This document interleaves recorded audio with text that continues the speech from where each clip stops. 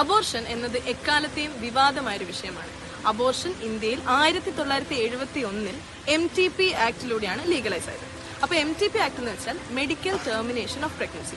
ഇതിനെപ്പറ്റി നമുക്ക് ജനങ്ങളോടുള്ള അഭിപ്രായം ചോദിക്കാം. ഹായ്, പേരെന്താണ്? എന്താ ചെയ്യുന്നത്? ഞാൻ ഇവിടെ തേർഡ് ഇയർ സ്റ്റുഡന്റ് ആണ്. MTP ആക്ടിനെ പറ്റി കേട്ടിട്ടുണ്ടോ? എന്താണ് MTPയുടെ ഫുൾ ഫോം?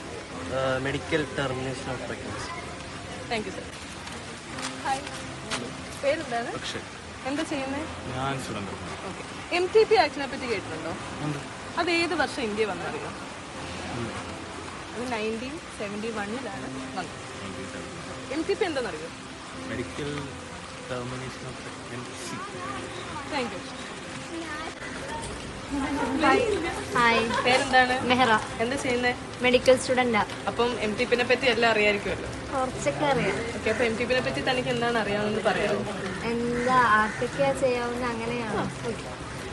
MTP ഇപ്പൊ പ്രഗ്നൻസി കണ്ടിന്യൂ ചെയ്യുന്ന കാരണം എന്തെങ്കിലും അമ്മയ്ക്ക് സാരമായ മാനസികമായോ ശാരീരികമായോ പ്രശ്നങ്ങൾ ഉണ്ടാവുകയാണെങ്കിൽ അങ്ങനെ ചെയ്യാം. അല്ല ഇനി കുട്ടിക്ക് വൈകല്യങ്ങളോ ശാരീരികമായോ മാനസികമായോ എന്തെങ്കിലും പ്രശ്നങ്ങൾ കുട്ടിക്ക് വരികയാണെങ്കിൽ അതും മുൻകൂട്ടി കണ്ടിട്ട് അതും അത് കാരണവും ചെയ്യാം. Thank you. നിങ്ങൾ എന്താ ചെയ്യുന്നത്? MTP ആക്ടിനെ പറ്റി കേട്ടിട്ടുണ്ടോ? അപ്പോൾ മെഡിക്കൽ ടെർമിനേഷൻ ഓഫ് പ്രഗ്നൻസി ഒരു സ്ത്രീക്ക് എത്ര ആഴ്ചകൾ വരെ ചെയ്യാം? ഏകദേശം ഒരു 20-22 ആഴ്ച.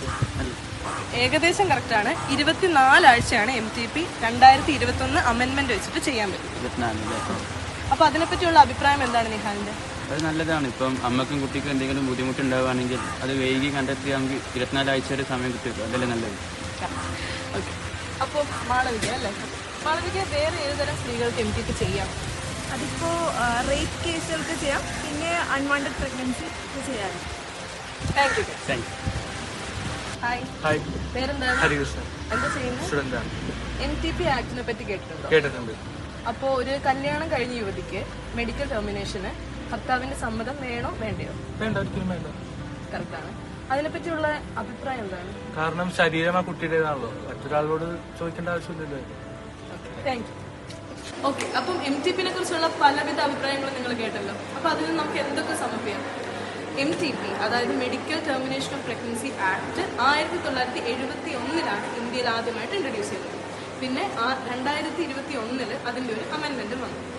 അപ്പോൾ അതിൽ ആർക്കൊക്കെ മെഡിക്കലി പ്രഗ്നൻസി ടെർമിനേറ്റ് ചെയ്യാം? ഒന്നെങ്കിൽ അമ്മയ്ക്കും കുട്ടിക്കും ഗുരുതരമായ എന്തെങ്കിലും മാനസികമായോ ശാരീരികമായോ വൈകല്യം ഉണ്ടായാൽ നമുക്ക് MTP ചെയ്യാം. അല്ലെങ്കിൽ റേപ്പോ അൺവാണ്ടഡ് പ്രഗ്നൻസിയോ അങ്ങനത്തെ കേസിലും നമുക്ക് MTP ചെയ്യാം. പിന്നെ 24 ആഴ്ചകൾ വരെ നമുക്ക് MTP ചെയ്യാവുന്നതാണ്.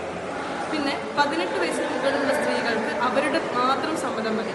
കല്യാണം കഴിഞ്ഞതാണെങ്കിലും അല്ലെങ്കിൽ 18 വയസ്സിന് താഴെയാണെങ്കിൽ നമുക്ക് ലോക്കൽ ഗാർഡിയൻ്റെയോ അല്ലെങ്കിൽ രക്ഷിതാവിൻ്റെയോ സമ്മതം വേണം. അപ്പോൾ MTPനെ കുറിച്ച് ഇത്രയേ ഉള്ളൂ.